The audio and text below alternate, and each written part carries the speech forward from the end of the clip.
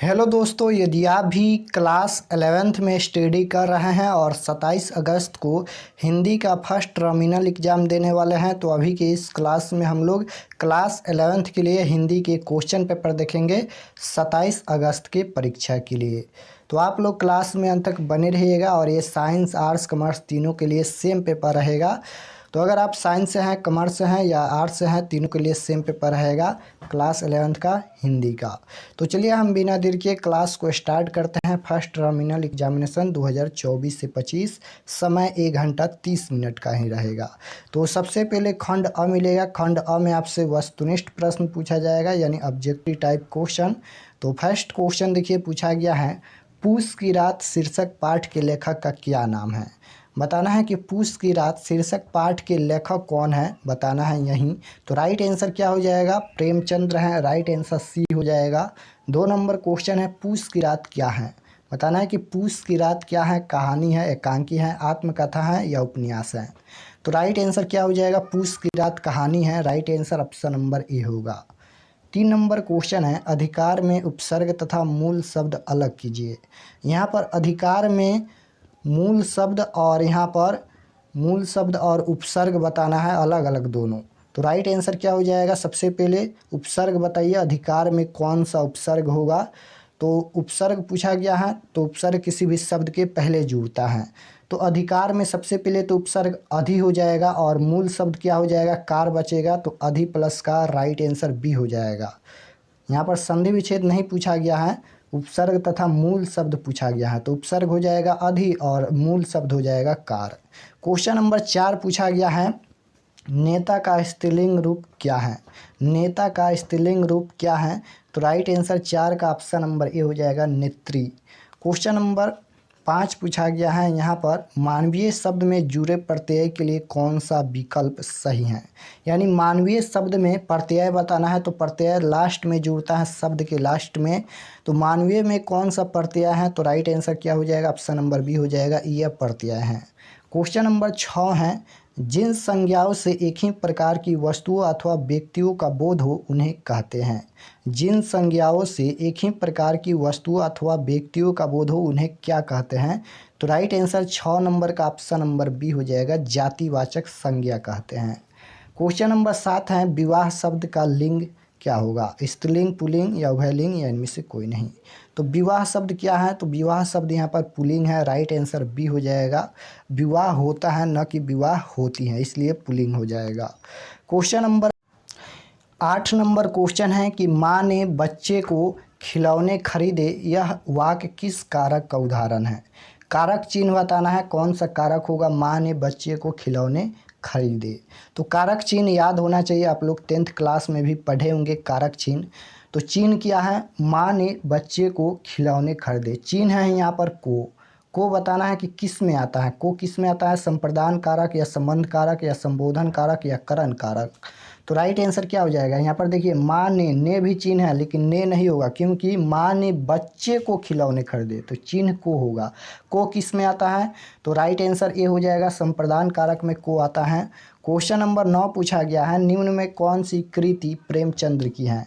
निम्न में कौन सी कृति प्रेमचंद्र की है। राइट आंसर डी हो जाएगा, निर्मला। क्वेश्चन नंबर 10 है, हल्कू के संगी कुत्ता का नाम क्या है। हल्कू के संगी कुत्ता का नाम क्या है, तो राइट आंसर सी हो जाएगा, जबरा। क्वेश्चन नंबर 11 पूछा गया है, तकदीर की खूबी है मजदूरी हम करे माजा दूसरे लूटे, प्रस्तुत कथन किसका है। तो राइट आंसर 11 का बी हो जाएगा, हल्कू का कथन है। क्वेश्चन नंबर 12 देखिए, हल्कू कैसे जान सका कि रात अभी पहर भर बाकी है। बताना है कि हल्कू कैसे जान सका कि रात अभी पहर भर बाकी है। तो राइट आंसर क्या हो जाएगा, यहाँ पर ऑप्शन नंबर ए हो जाएगा, संप्रति को देखकर। क्वेश्चन नंबर 13 है, स्वरनाम के कितने भेद हैं। स्वरनाम के कितने भेद हैं, तो स्वरनाम के 6 भेद होते हैं। राइट आंसर डी हो जाएगा। क्वेश्चन नंबर 14 पूछा गया है, निम्न में शुद्ध वाक्य है।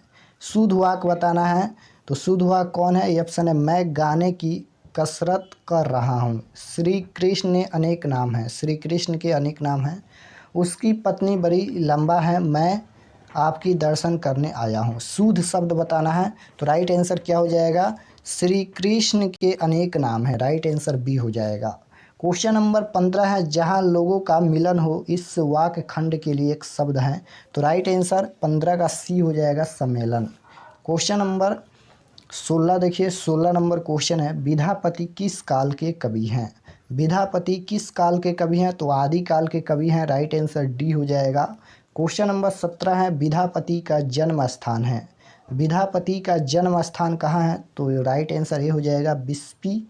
क्वेश्चन नंबर 18 है, पाठ्य पुस्तक में प्रस्तुत विद्यापति के दोनों पद कहाँ से लिए गए हैं।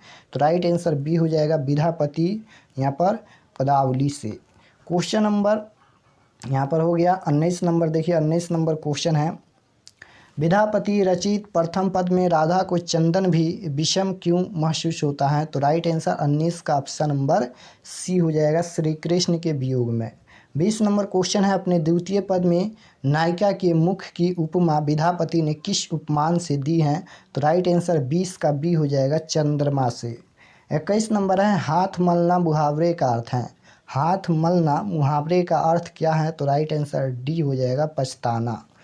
क्वेश्चन नंबर 22 पूछा गया है, कपटी मित्र किस मुहावरे का अर्थ है। कपटी मित्र किस मुहावरे का अर्थ है। तो राइट आंसर बी हो जाएगा, आस्तीन का सांप। क्वेश्चन नंबर 23 पूछा गया है, निजवाचक सर्वनाम का प्रयोग नीचे किस वाक्य में हुआ है। बताना है निजवाचक सर्वनाम का प्रयोग इनमें से किस वाक्य में हुआ है। तो राइट आंसर डी हो जाएगा, यह मेरी निजी पुस्तक है। इसमें कौन सा सर्वनाम है, निजवाचक, क्योंकि यह मेरी निजी पुस्तक है।